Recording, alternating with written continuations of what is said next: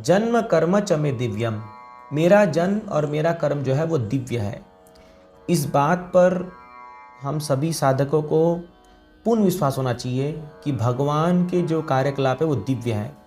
अगर हम ये नहीं जानेंगे और अगर हम इसको कन्विक्शन नहीं होगा हमको इसके पीछे, तो क्या होगा, फिर जो है हम लोग भगवान को ही भौतिक स्टैंडर्ड पे ले लेंगे, मतलब मटेरियल वे में ले लेंगे और हम अपराध कर बैठेंगे। तो भगवान ने कई सारी लीलाएं हैं जो हमारे समझ के परे है, एकदम समझ में नहीं आता क्यों भगवान ऐसा कर रहे हैं। जैसे फॉर एग्जाम्पल, क्यों भगवान अभिमन्यु को मरवा दिए और अर्जुन को बचाने के लिए इतना जोर लगा दिए। तो ऐसे क्यों भगवान ने पांडवों के 5 बच्चों को मरने दिया, इनका तो बाल ही बाका नहीं होने दिया। तो ये सब चीज़ें, बहुत सारी सी चीज़ें हैं जो दिव्य स्तर पे भगवान लीला करते हैं और हम जैसे बद्ध जीवात्माओं के लिए समझना बहुत मुश्किल है। कि कौन समझ सकता है भगवान के लीलाओं को। भक्त्या माम एव जानाति, भक्त्या माम अभी जानाति। हाँ, तत्व, जो तत्व में जानने के लिए केवल शुद्ध भक्ति भगवान को जान सकता है। तो इसलिए भगवान यहाँ बता रहे हैं कि मेरा जन्म और मेरा कर्म जो है वो दिव्य है। एवं यो वेत्ति तत्वता, अगेन तत्वता, तत्व में कोई जो जानता है, यो वेत्ति, जो जानता है तत्व में, तो क्या होगा, त्यक्त्वा देहम पुनर्जन्म, इस शरीर छोड़ने के बाद पुनर्जन्म नैति, दोबारा जन्म ही लेगा इस संसार में, माम एति स्वर्जुना, वो मेरे को प्राप्त करेगा। इसीलिए बहुत इंपॉर्टेंट है कि भगवान के कार्यकलापों को बार बार चर्चा करना, डिस्कस करना, बार बार उसको पढ़ना, सुनना।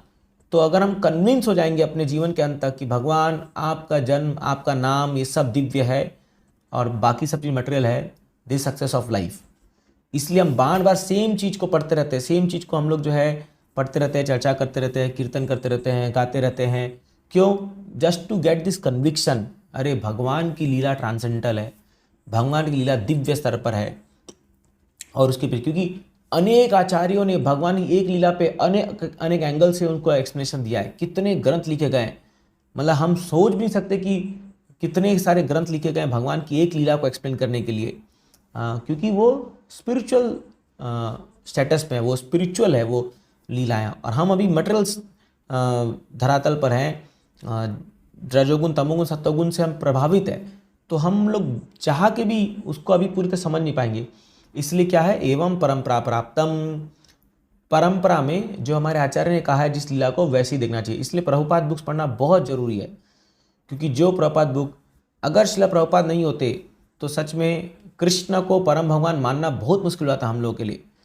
क्योंकि नैतिक मॉरलिटी की तरफ से देखेंगे तो बहुत मुश्किल है समझना, लेकिन शिला प्रभुपाद जी महान भक्त, जिन्होंने इतना सुंदर गुणगान किया कृष्ण का, कृष्णा बुक में 10th कैंटो में पूरा, कि एक आदमी कन्विंस हो जाएगा ये परम भगवान है। इतना सुंदर प्रभुपाद जी ने मेंशन किया है और भगवान को गुणगान किया। तो एक शुद्ध भक्त ये काम कर सकता है कि वो भगवान को कृष्ण पृष्ठाय भूतले, भगवान की जो, उनकी जो कीर्ति है, उनकी जो ग्लोरी है, उसको स्थापित करता है शुद्ध भक्त।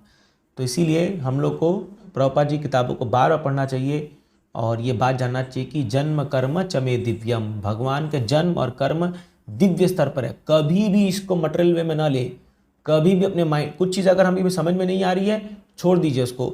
जब आप सफिशिएंटली एडवांस हो जाओगे, 1 साल, 2 साल, 3 साल, 5 साल बाद वो चीज़ समझ में आएगी।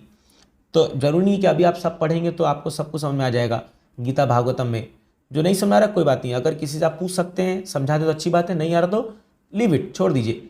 तो और आगे बढ़िए, ये समझ के छोड़िए कि अभी मैं इसके लायक नहीं हूँ समझने के लिए, लेट इट बी। थोड़ा समय जान दीजिए और आप जब करेंगे थोड़ा प्यूरिफिकेशन होगा, हार्ट प्यूरिफाई होगा, अपने आप वो चीज़ समझ में आएगी। फिर अरे भगवान ऐसा क्यों किया था। तो इसलिए ये ऑनगोइंग प्रोसेस है। तो जब हम कंप्लीटली कन्विंस हो जाएंगे कि भगवान का लीला जन्म उनके दिव्य है, then we become eligible to go back to godhead. Thank you. Hare Krishna.